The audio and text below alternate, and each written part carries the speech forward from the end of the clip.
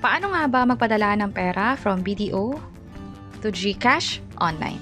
By the way, kung first time mo sa channel na to and gusto mo pa ng mga online tutorial videos katulad nito, please click the subscribe button. Para makapagpadala ng pera from BDO to GCash, pwede mong gamitin yung phone mo. Mag-login lang ako dito gamit yung fingerprint o pwede rin yung PIN ko. After makapag-login, makikita mo agad dito yung balanse mo. Ang gagawin na natin is tap ko tong send money, piliin ang other banks or wallets.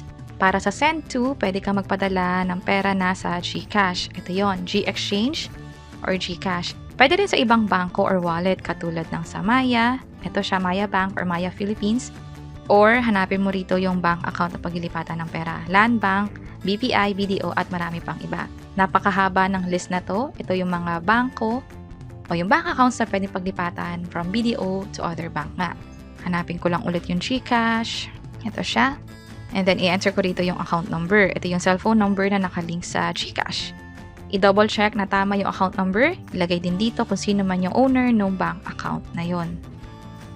Para sa amount, ang minimum ay 100. Pwede rin naman up to 50,000 pesos.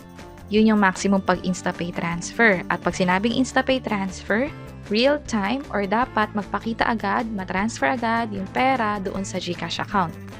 So, tapusin lang natin to para sa send from. Ito yung BDO account na panggagalingan ng perang padala. Sa notes, pwede nyo lagyan to ng information pero dahil optional lang, hindi ko nalalagyan ng info. Hindi ito required. Tap ko na tong send.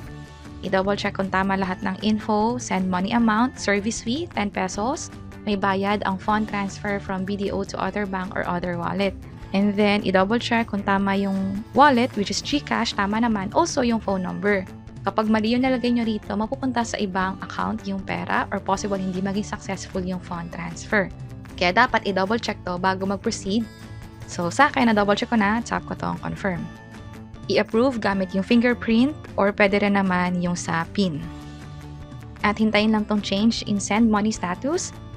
At after few seconds, makikita mo tong confirmation na sent. Merong reference number, invoice number. Ibig sabihin na transfer na yung pera, dapat yung nilipat mong amount na doon na sa GCash account. Pwede mong i-save yung image or kung sa ibang tao mo pinadala tong account na to, pwede mong i-share sa kanya tong proof na to para nga naman masabihin mo na nagpadala ka na ng pera gamit yung BDO account mo.